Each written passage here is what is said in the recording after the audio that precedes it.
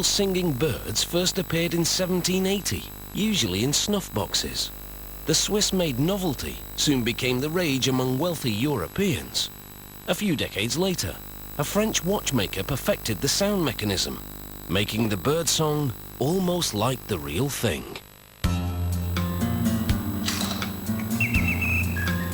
Almost.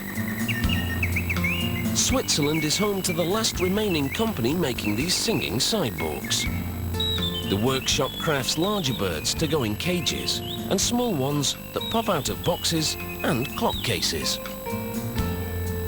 The first step is to adjust the bird's two spring-loaded steel rods. One pivots the bird's head, the other its beak and tail. Then it's time to dress the bird's body. It's illegal to harvest real bird feathers, so the artist uses real antique feathers in a couple of key spots and synthetic feathers everywhere else.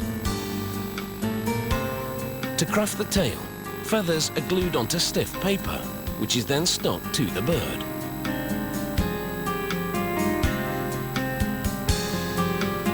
More feathers are added, creating colourful layers. The plumage alone takes about 4 hours of work.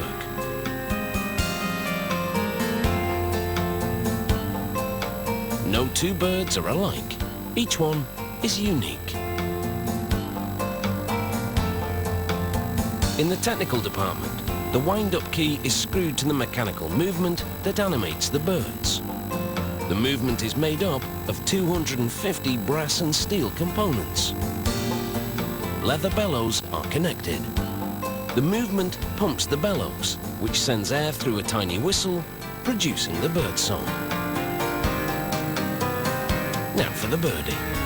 This one's the small pop-up kind that goes in a box or clock case. The bird is attached to a lever in the movement. Then, using a brass template, it's positioned correctly.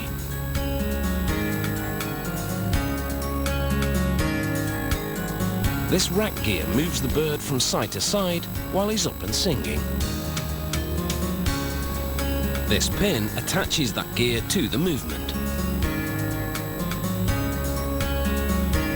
This lever pops the bird out of his nest, moves the rack gear and pumps the bellows.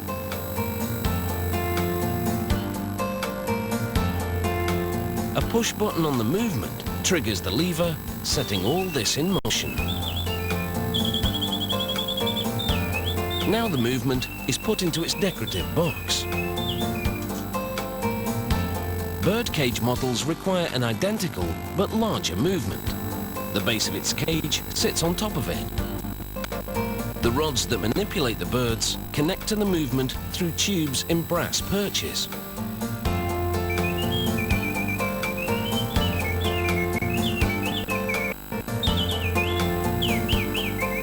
Workers construct the top of the cage over a curved form.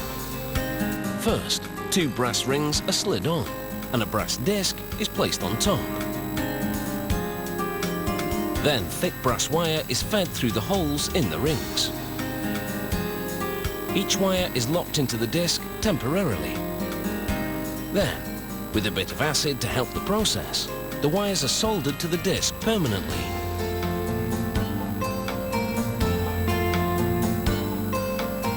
After making sure everything's well positioned, the wires are soldered to the rings as well.